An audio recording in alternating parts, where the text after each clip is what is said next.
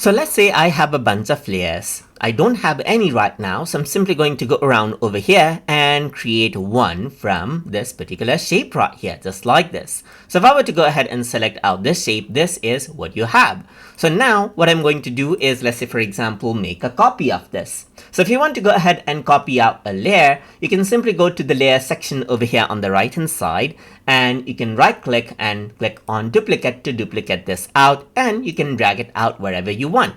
You can also go ahead and right click right here, just like this, on the particular layer, and you can go ahead and copy and right click and paste this out as well. You can also go ahead on your keyboard, press Ctrl C and Ctrl V to go ahead and create a duplicate of the shape just like this as well.